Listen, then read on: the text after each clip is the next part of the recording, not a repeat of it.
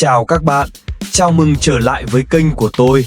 Hôm nay, chúng ta sẽ đào sâu vào những vấn đề trong hệ thống phòng ngự của Manchester United, đặc biệt là những gì đã được phơi bày trong trận chung kết Europa League. Chúng ta sẽ phân tích chi tiết chiến thuật của cả hai vị huấn luyện viên.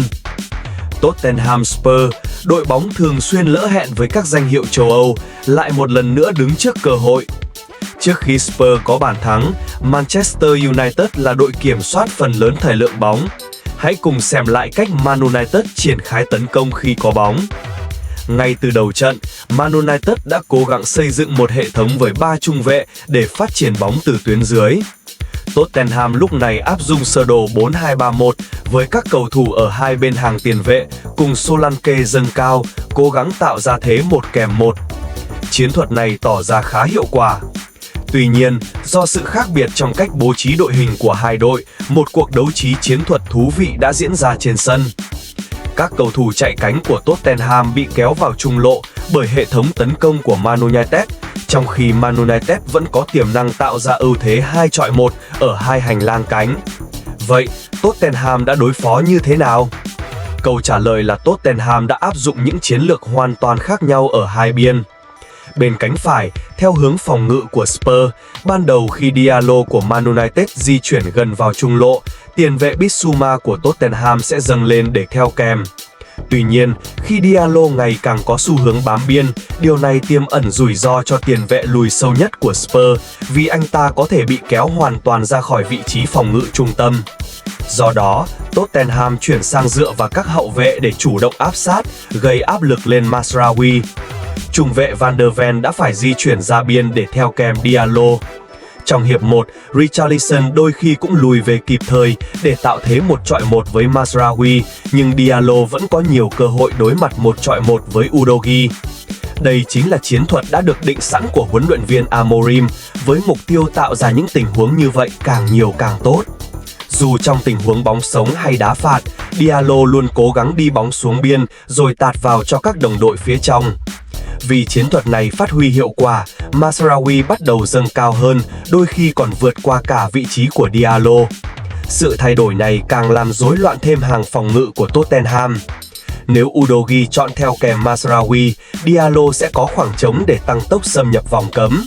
Ngược lại, nếu Udogie dâng cao để chặn Diallo, thì Bissouma hoặc Van der Ven sẽ phải di chuyển ra biên để hỗ trợ, và khi đó khoảng trống sẽ lộ ra ở trung lộ.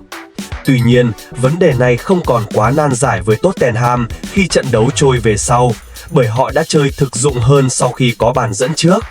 Richarlison cũng cho thấy sự chăm chỉ khi sẵn sàng để Leny Yoro, trung vệ Man United có bóng và thời gian xử lý. Thay vào đó, anh lùi sâu hơn để giúp đối phó với mối đe dọa từ bộ đôi Diallo và Mazraoui.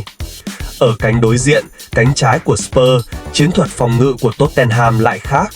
Brendan Johnson khi pressing ở tuyến trên đôi khi di chuyển quá gần trung lộ hoặc có phần lơ là. So với Udogie ở cánh trái, hậu vệ phải Pedro Porro thường chủ động dâng cao hơn để gây áp lực lên Doku của Man United. Tuy nhiên, người lùi về để bọc lót lúc này không phải là Romero mà là Bentancur. Có hai lý do cho sự sắp xếp này. Thứ nhất, Mao, cầu thủ Man United, có thói quen thường xuyên bó vào trung lộ để tham gia phối hợp, nên việc Bentancur theo kèm là hợp lý. Thứ hai, ngay cả khi Mao đôi khi di chuyển ra biên, tốc độ và kỹ năng dè dắt của anh không đủ để thoát khỏi sự đeo bám của một tiền vệ, hoàn toàn khác với khả năng đột phá của Diallo ở cánh đối diện. Đây cũng là lý do sau đó Mao bị thay ra bởi Garnacho. Càng về cuối trận, Porro bắt đầu lùi sâu hơn khi phòng ngự, trong khi Johnson gây áp lực ở vị trí cao hơn đối với Doku. Tuy nhiên, trong phần lớn các trường hợp, lúc so của Man United vẫn kéo được Porro vào trung lộ, tạo điều kiện cho Doku thường xuyên tấn công vào khoảng không gian giữa các tuyến của Tottenham, internal space. Điều này khiến Bentancur khó lòng hỗ trợ kịp thời cho cánh phải, cộng với sức tấn công bẩm sinh của Garnacho, cầu thủ người Argentina này đã liên tục gây ra mối đe dọa ở hành lang trái. Ngoài ra, vị trí của Doku bên cánh trái Man United cũng ngày càng dâng cao, anh có thể thường xuyên chồng biên hoặc cắt vào trong, trở thành một điểm nhận bóng tấn công cực kỳ nguy hiểm. Tuy nhiên, việc phân tích các điểm chạm bóng khi Man United tấn công lại cho chúng ta thấy một hiện tượng thú vị. Một mặt, Quỷ Đỏ gặp rất nhiều khó khăn khi tấn công trung lộ, mặt khác, chính khu vực trung lộ lại là nơi họ tạo ra những cơ hội nguy hiểm nhất. Vậy, điều gì đã cản trở Man United tấn công trung lộ? Một phần là do sơ đồ 4-2-3-1 của huấn luyện viên Postecoglou, hàng tiền vệ Tottenham đã nén không gian rất chặt. Một yếu tố khác là do cách bố trí của chính các tiền vệ Man United. Casemiro và Fernandes thường đứng theo trục dọc, khiến Man United có cấu trúc 3-1 ở tuyến sau khi triển khai bóng. Vấn đề này đã xảy ra nhiều lần trong mùa giải. Sa của Tottenham chịu trách nhiệm đánh chặn ở trung lộ, và ngay khi một cầu thủ Man United có bóng, anh lập tức áp sát, khiến Quỷ Đỏ gặp khó trong việc triển khai tấn công ở trung lộ. Thực tế, trong số tất cả các cầu thủ Man United thi đấu đủ 90 phút, chỉ có Onana là có số lần chạm bóng ít hơn Casemiro. Vậy, mối đe dọa tấn công trung lộ của Man United đến từ đâu? Trong đó, Fernandes đóng một vai trò quan trọng. Như đã đề cập, Diallo thường xuyên bám biên, kéo theo Udogie hoặc Van der Ven ra cánh, từ đó tạo ra khoảng trống lớn ở hành lang trong, internal channel cho Fernandes. Điều này cho phép anh di chuyển lên vị trí cao